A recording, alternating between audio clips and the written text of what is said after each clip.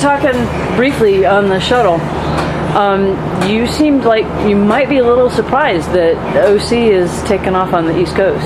Was that a good assessment? Does that surprise you? You know, on the East Coast, it does surprise me that the one man is taking off a little bit, but understanding it through friends on the East Coast, my buddies at Akamai Paddle Sports, it's all about the stand-up, and the stand-up seems like it's getting, all the stand-up people are kind of looking towards that with interest, and in another sense, I'm not too surprised, just because I always believe if you got a body of water, why not? You know, I'm always been shocked that Florida hasn't really taken off, because they're surrounded by water just like we are. So, yes and no. I'm surprised and I'm stoked, because it's just really cool seeing it spread further and further. Do you think that popularity is going to influence design in any way? I feel it does, just because you kind of want to have designs that will suit those waters. Really, in the past, we've always thought about the Kaiwi Channel when we're designing boats, and now you're having to kind of track off a little bit and think of calmer bumps, calm water, yet you want it to still surf.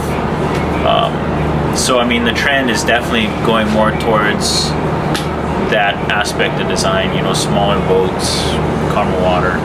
I mean, you look at everywhere but here, it's pretty mellow. You go to France, you get some good runs. All the races we've done there have been flat, but we've had good runs while we're there. Same thing East Coast. There's so many different areas you paddle in. Inlets, if you can't make it out, it's pretty rough sometimes. I don't know. When I was there this last time, I scored in New Jersey, and it was really good. But I think that was like A+ day for them, where for here it was just average. Yeah. So if you look at it like that, if that's A+ for them, average for us, you can see where we have to go with our designs. Right. Yeah. I think a lot, you mentioned that stand-up and the stand-up people getting interested in OC, that's me.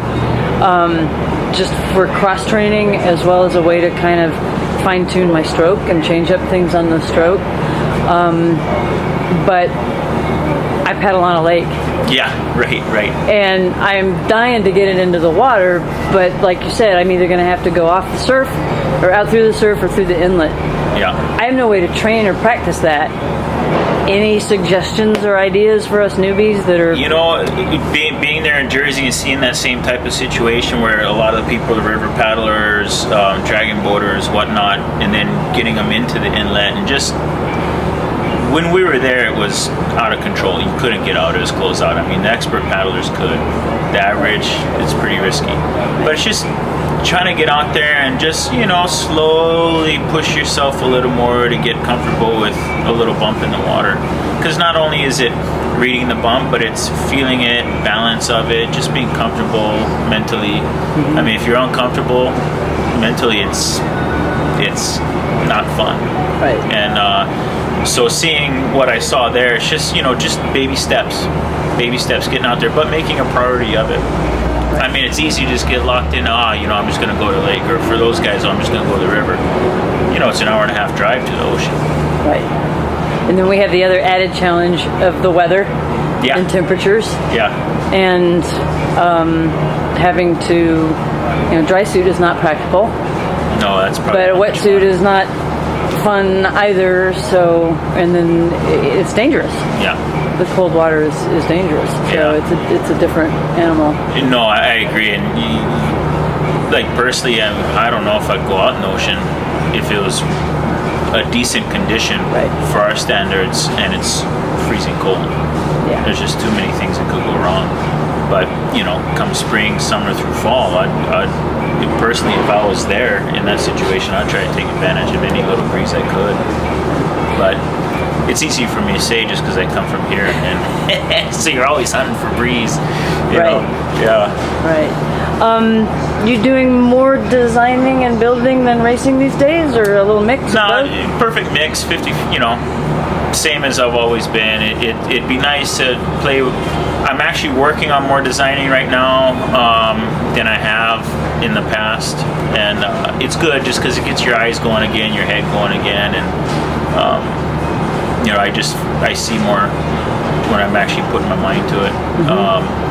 But ever since I started, I've been building, so it's just always been that balance of both, Right. Yeah.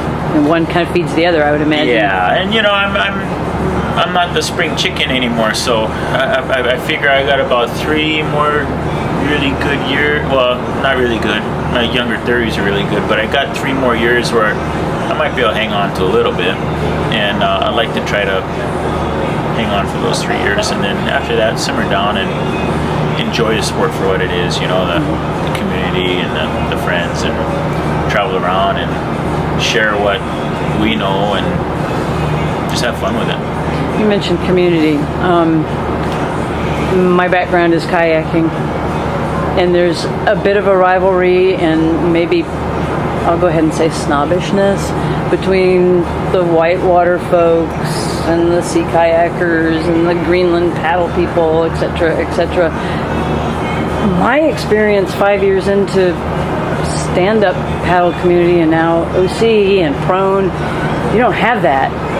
Everybody seems to be more of a community and more of a family, and hey, we're all connected by water. Yeah, and I'm not too in tune with the stand-up. I got a bunch of friends that do it. I dabbled with it a little bit, but like in the Outrigger surf ski community, I think everybody kind of has a certain respect for each other, especially the top guys. I mean, they'll harass, surf ski guys will harass us because they think the surf skis are the elite, weapon of choice. But for us, it's culture, it's cultural here in Hawaii, but they do respect, the top one-manners because they know it's hard work.